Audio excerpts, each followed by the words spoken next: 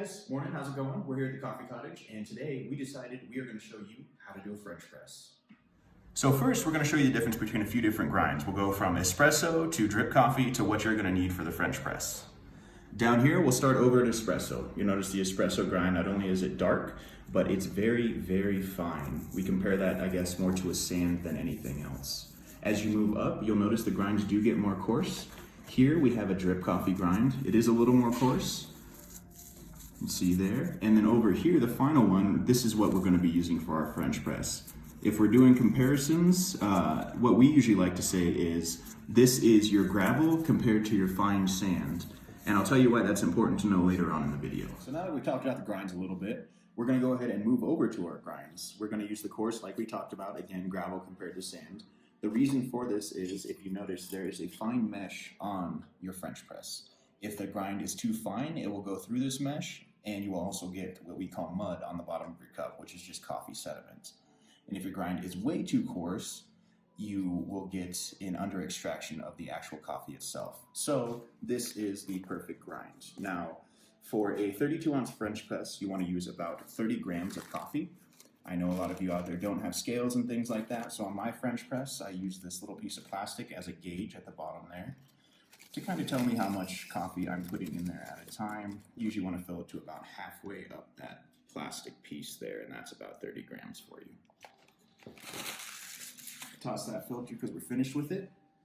Now, what you want to do is add your water. This is going to be kind of a two-step process. So when you start, you're going to go ahead and add your water. You want to pour it in circles so you saturate all the coffee evenly. And what you're going to do is pour a little bit in there, and then you're going to let it blossom, which essentially means you're letting the gases come out of the coffee, and you'll see the coffee does kind of separate from the water a little bit, and that is the gases leaving the coffee there. So you want to let that do it just for about 30 seconds or so. And then what you're going to do after that is just finish pouring your cup. Again, circular motion, so you saturate all the coffee there, get it all nice and mixed in.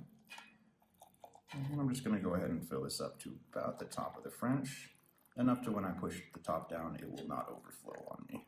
So about to right there, which is going to be about 32 ounces. Now what you're going to do is you're going to want to put your plunger in. Just make sure it's sitting in there properly with all the grinds underneath it. Push it down, and you are not going to push this down all the way. You're going to push your plunger down about halfway, and that's going to be your steep point. So once you have it halfway, you can go ahead and leave that. I'd recommend leaving it for about 2 to 3 minutes to let it steep, depending on how dark or bold you enjoy your coffee. All right, guys, we were at about the 3-minute marker here, so I'm going to go ahead and drop the plunger down into our French press here. What that's doing is you're pushing all the grinds to the bottom, so all you're left with is that nice, bold cup of coffee. Now, I do want to mention that we used a dark roast on our French press because that is our roast of choice. However, if you do like a more flavorful coffee, a lighter or medium roast is very good on a French press as well. So now that we pushed the plunger down, we are actually ready to serve the coffee. Got 2 cups here because there are 2 of us, one behind the camera. And after I pour these today, I'm actually going to also show you another technique on how I like to put the cream in my coffee. It sounds weird that there are specific ways to do that, but believe it or not, there are. Top that guy off. All right. So what I like to do is what they call floating my cream. I have a little heavy cream here, and what you do is you get it right up to the top of the cup, and you very gently pour it in there. So the cream sits almost on the top of the coffee versus sinking and mixing in. See if I have enough to do this guy as well.